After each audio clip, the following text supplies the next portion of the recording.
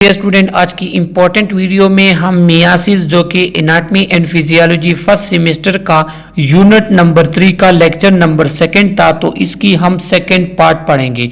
इस myiasis video lecture का part first already मेरे चैनल पे मौजूद है, जिसका लिंक मैंने इस वीडियो के डिस्क्रिप्शन में दिया है, तो वहीं से जाके आप इसका पार्ट फर्स्ट पढ़ सकते हैं। अभी हम एक्सप्लेन करेंगे इसके पार्ट सेकंड को, लेकिन एक बात मैं आपको बताता चलूं कि इसके पार्ट फर्स्ट को जब आप देख लें तो पार्ट सेकंड की फिर आपको इजीली समझ आएगी। लिहाजा पार्ट सेकंड देखने के लिए आपने इसका पार्ट फर्स्ट जरूर देखना होगा। पार्ट सेकंड के इस वीडियो लेक्चर में हम डिफरेंट स्टेप्स एक्सप्लेन करेंगे मियासिस 1 के और मियासिस 2 के। लेकिन पहले आपको पता होना चाहिए मियासिस किसे कहते हैं। मियासिस हमारे पास सेल डिवीजन की एक टाइप है, जिसमें जो आपके पास डॉटर सेल्स होंगे उनमें नंबर ऑफ क्रोमोसोम हाफ होंगे as compare to father cell, as compare to parent cell, जिससे वो डॉटर सेल आपके पास बने हैं as compare to mother cell. सही है, तो अब हम एक्सप्लेन करते हैं। इसी के साथ इस लेक्चर के जो इंपॉर्टेंट एमसीक्यूज हैं जो आपके एग्जाम्स में आ सकते हैं, तो उसको भी हम मेंशन करेंगे ताकि आने वाले एग्जाम्स में आपके लिए आसानी हो। तो मियासिस हमारे पास फर्दर फिर मियासिस 1 पे डिवाइड है, मियासिस 2 में डिवाइड है। तो अभी हम एक्सप्लेन कर लेते हैं मियासिस 1 के कि इसके डिफरेंट स्टेप्स कौन कौन से हैं। मियासिस 1 का हमारे पास फर्स्ट स्टेप्स हैं प्रोफेज 1। प्रोफेज 1 में क्या होते हैं कि nucleus and nucleolus disappear, spindle formation occur, chromosome coil and synapsis pairing occur, tetrad form and crossing over occur.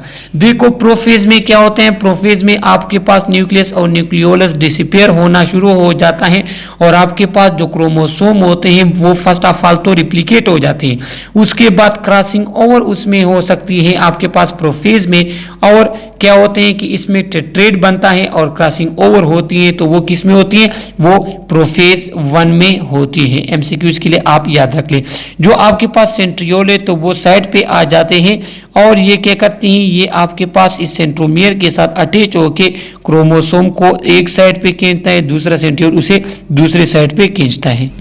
Prophase 1 के बाद दूसरा स्टेप्स हमारे पास मेटाफेज 1 का है। मेटाफेज एक शॉर्टेस्ट फेज है। इसमें क्या होते हैं, इसमें आपके पास मेटाफेज प्लेट बनता है। टेट्रेट एलाइन ऑन द इक्वेटर, जो आपके पास टेट्रेट बने थे, ये जो हमारे पास 4 है इसको टेट्रेट कहते हैं। ये जो टेट्रेट बने थे तो वो क्या होते हैं, वो एक सेंटर में आ जाते हैं और एक प्लेट टाइप का जो वो शक्ल इख्तियार कर लेते हैं। यहाँ पे हमारे पास क्या होती है, इंडिपेंडेंट असॉर्टमेंट होती है। Independent assortment occur chromosome separate randomly cause genetic recombination. देखो इंडिपेंडेंट असॉर्टमेंट किसे कहते हैं, जैसा कि हमने इस लेक्चर के पार्ट फर्स्ट वीडियो में हमने एक्सप्लेन किया था कि हमारे पास मियासिस से 4 सेल्स बनेंगे, उसमें अप्लाइड नंबर ऑफ क्रोमोसोम होंगे जिसे हम गीमेट्स कहते हैं। इंडिपेंडेंट असॉर्टमेंट किसे कहते हैं, इंडिपेंडेंट असॉर्टमेंट इसे कहते हैं कि हमारे पास जो क्रोमोसोम होते हैं तो वो जब एक दूसरे के साथ अटैच होते हैं तो वो इंडिपेंडेंटली पेयर बनाते हैं। इंडिपेंडेंटली वो पेयर बनाते हैं, जरूरी नहीं है कि एक ये जो है ये इसके साथ पेयर बनाएगा, ये इसके साथ पेयर बनाएगा, ये रैंडमली होता है। और इस रैंडमाइजेशन की वजह से भी हमारे पास जेनेटिक रिकॉम्बिनेशन आती है। इसकी वजह से भी हमारे पास जो पेरेंट्स होते हैं उनके बच्चे उनसे थोड़े डिफरेंट होते हैं। मतलब ऐसा किसी भी दुनिया में कोई कहाँ पे भी इंसान नहीं है जो 100% अपने पेरेंट्स की तरह हो, उनमें डिफरेंस जरूर आएंगी। वो डिफरेंस का रीजन क्या है, क्रॉसिंग ओवर है, जेनेटिक रिकॉम्बिनेशन, इंडिपेंडेंट असॉर्टमेंट है, जिसकी वजह से आपके पास क्या हो जाती है, डिफरेंस आती है। मेटाफेज में फेज 1 में एमसीक्यूज आप ये देख लें कि याद रख लें कि इसमें जो आपके पास टेट्रेट ऑफ क्रोमोसोम होगा वो इक्वेटर में आएगा और इंडिपेंडेंट असॉर्टमेंट हमारे पास मेटाफेज 1 में होगी। क्रॉसिंग और हमारे पास प्रोफेज 1 में होती है। ये आप एमसीक्यूज के लिए याद रख लें। यहाँ पे इन्होंने आपको दिखाया भी है कि ये हमारे पास क्या है, ये मेटाफेज 1 में इस तरह होते हैं। जो हमारे पास टेट्रेट होते हैं वो दरमियान में आ जाते हैं और फिर इसके बाद हमारे पास क्या हो जाती है, इंडिपेंडेंट असॉर्टमेंट हो जाती है। मतलब जो कोई एक क्रोमेटिड दूसरे के साथ अटैच होना चाहे रैंडमली वो अटैच हो सकता है। और इसके जो हमारे पास फिर नंबर ऑफ गीमेट्स कितने बनेंगे उसके लिए फार्मूला है 2n हमारे पास है कि जिसके अगर यहाँ पे देखो हमारे पास क्या है कि 2n, यहाँ पे 2 क्रोमोसोम हमारे पास हैं तो 2 क्या हो जाएंगे 4। तो इससे हमारे पास क्या बनेंगे 4 गैमीट्स बनेंगे, क्योंकि ऊपर हमारे पास 4 पेयर है 2n है, तो नीचे भी हमारे पास 4 गैमीट्स बनेंगे जो कि हैप्लॉइड होंगे। थर्ड स्टेप हमारे पास है एनाफेज 1। एनाफेज में क्या होते हैं कि homologous chromosome separate and move toward the pole, sister chromatids remain attach at their centromere. इसमें क्या होते हैं कि जो हमारे पास होमोलोगस क्रोमोसोम होते हैं तो वो अपोजिट पोल्स की तरफ चले जाते हैं, वो अपोजिट पोल की तरफ चले जाते हैं जो हमारे पास होमोलोगस क्रोमोसोम होते हैं, लेकिन जो सिस्टर क्रोमोसोम होते हैं वो एक दूसरे के साथ सेंट्रोमियर के ऊपर अटैच होते हैं। इस जो है वीडियो टाइप में यहाँ आपको दिखाया भी गया है, यहाँ पे आप देख सकते हैं, आगे पिक्चर में भी मैं आपको दिखाता हूँ। यहाँ पे ये हमारे पास होमोलोगस क्रोमोसोम की सेपरेशन हो रही है, ये एक साइड पे जा रहे हैं, ये दूसरे साइड पे जा रहे हैं। तो ये हमारे पास क्या है एनाफेज 1 है कि इसमें एमसीक्यूज आएगा कि when in which steps of meiosis 1 homologous chromosome separate and go to opposite side, तो वो हमारे पास एनाफेज 1। इसके बाद टीलोफेज 1 में आ जाते हैं। Each pole now has haploid of chromosome, हर पोल में हैप्लॉइड नंबर ऑफ क्रोमोसोम होते हैं n। Cytokinesis occur and 2 haploid daughter cell are form. इसमें फिर क्या होता है हमारे पास साइटोकाइनेसिस स्टार्ट होना शुरू हो जाती है। साइटोकाइनेसिस कहते हैं डिवीजन ऑफ साइटोप्लाज्म, और 2 डॉटर सेल प्रोड्यूस होना शुरू हो जाते हैं जो कि क्या होते हैं जो हैप्लॉइड होते हैं। इस पिक्चर में आप यहाँ पे देख सकते हैं कि देखो ये साइटोकाइनेसिस यहाँ पे स्टार्ट हो गई है, तो ये हमारे पास पहले क्या था, ये पहले डिप्लॉइड था, अब ये यहाँ पे तो ये भी हमारे पास n है, ये भी हमारे पास n नंबर ऑफ क्रोमोसोम है, 23 भी हम कह सकते हैं, ये भी 23 क्रोमोसोम है, तो ये टीलोफेज है। तो एमसीक्यूज में आ सकता है कि इन which step the 2 daughter cells separate with a half number of chromosome is called telophase। Cytokinesis भी इस स्टेज में होती है। इसके बाद जब हमारे पास 2 डॉटर सेल्स बन जाते हैं with applied number of chromosome, तो इसके बाद फिर हमारे पास मियासिस 2 होता है। मियासिस 2 में फिर क्या होते हैं, फिर इसमें सिस्टर क्रोमेटिड्स की सेपरेशन होती है। देखो ऊपर हमारे पास क्रोमोसोम की सेपरेशन हो गई, हैप्लॉइड नंबर ऑफ क्रोमोसोम एक डॉटर सेल में। यहाँ पे मैं बता दूं कि यहाँ से लेके यहाँ तक हमारे पास मियासिस 1 था, तो इसमें हैप्लॉइड नंबर ऑफ क्रोमोसोम, इसमें हैप्लॉइड नंबर ऑफ क्रोमोसोम। अब यहाँ पे जो हमारे पास है ये स्टेप जो है ये मियासिस 2 का है। इसमें क्या होते हैं, इसमें क्रोमेटिड्स की सेपरेशन होती है।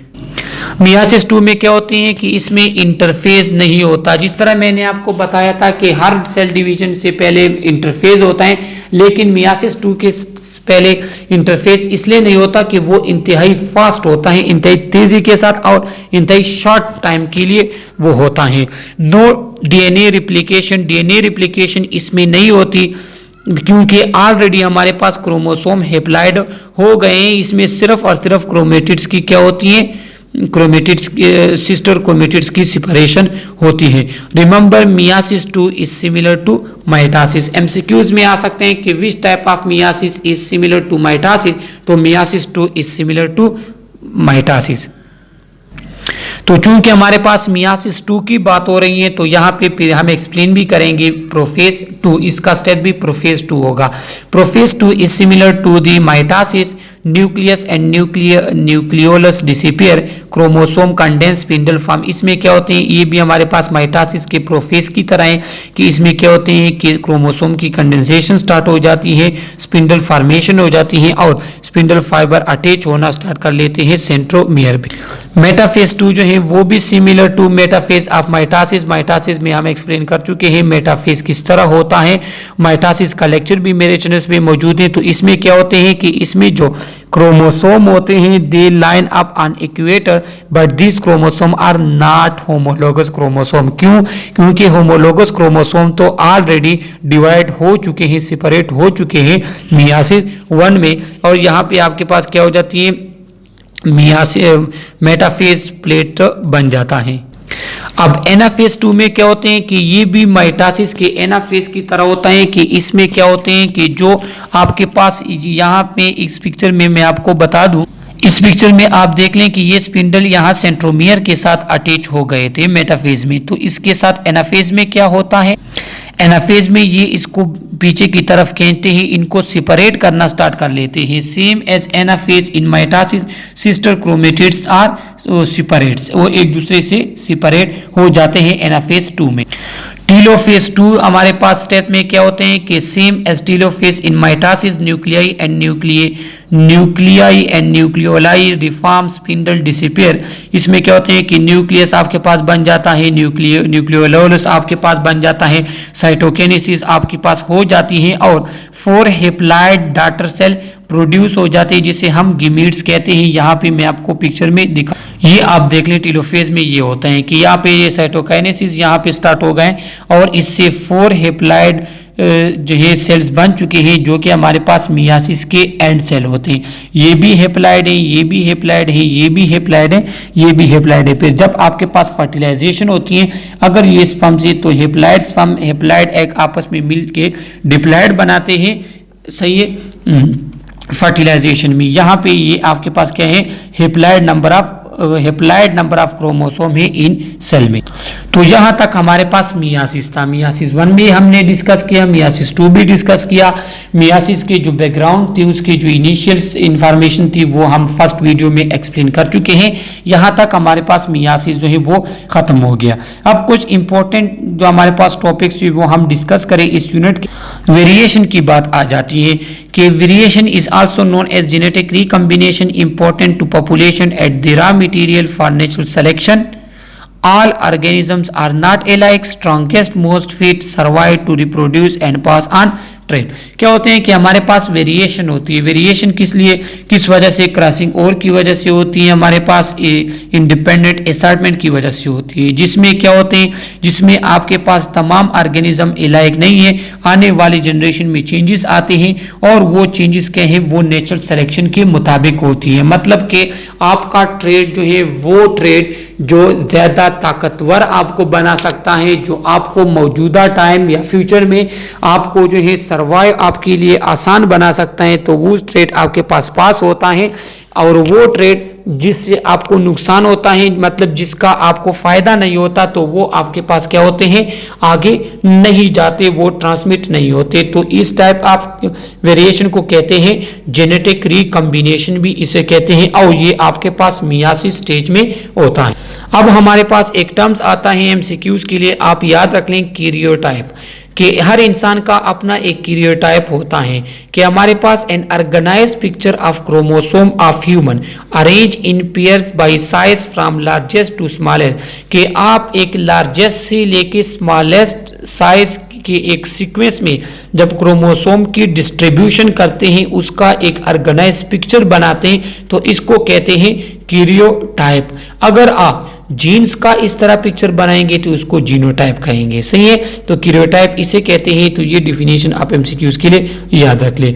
Pair 1 to 22 is called autosome. यहाँ 1 से लेके 22 तक जो है ये आपके पास ऑटोसोम है, और जो लास्ट पेयर हमारे पास है तो ये सेक्स क्रोमोसोम, इसे जो है क्या कहते हैं, सेक्स क्रोमोसोम कहते हैं, लास्ट जो पेयर है, सही है। तो ये हमारे पास फीमेल का जो है क्या है, कैरियोटाइप है कि देखो यहाँ पे डबल एक्स है, बाकी तो तमाम जो है वो सेम होते हैं, लेकिन जो लास्ट है यहाँ पे डबल एक्स है। जो मेल होगा तो उसमें क्या होगा, एक एक्स होगा और दूसरा क्या होगा, दूसरा उसमें वाई होगा मेल में, सही है। अब आप लोगों ने एफएससी में भी पढ़ा होगा डाउन सिंड्रोम किसे कहते हैं, तो सही है। तो वो ट्राइसोमी की मिसाल है कि उसमें हमारे पास क्या होते हैं कि जो 21 क्रोमोसोम है उसके में एक क्रोमोसोम एक्स्ट्रा होता है 21। देखो तो ये कैरियोटाइप आपके पास डाउन सिंड्रोम का है कि आप किसी भी पर्सन के जो उसके क्रोमोसोम की को सीक्वेंस में साइज के लिहाज से उसके एक पिक्चर बनाते हैं तो उसको कैरियोटाइप कहते हैं। तो ये हमारे पास किस चीज का कैरियोटाइप है, ये हमारे पास डाउन सिंड्रोम का कैरियोटाइप है।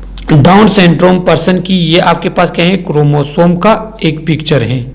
और एंड में यहाँ पे है फर्टिलाइजेशन। फर्टिलाइजेशन में क्या होते हैं, देखो जो मियासिस के एंड पे आपके पास जो क्रोमोसोम स्पर्म बना था, जो गीमीट वो हेप्लॉइड सेल था मेल में, और फीमेल में क्या बनते हैं, एग बनता है हेप्लॉइड। तो वो मिक्स हो के आपके पास क्या ज़ाइगोट बनाते हैं, ज़ाइगोट आपके पास डिप्लॉइड होता है। ये आप एमसीक्यूज के लिए याद रख ले।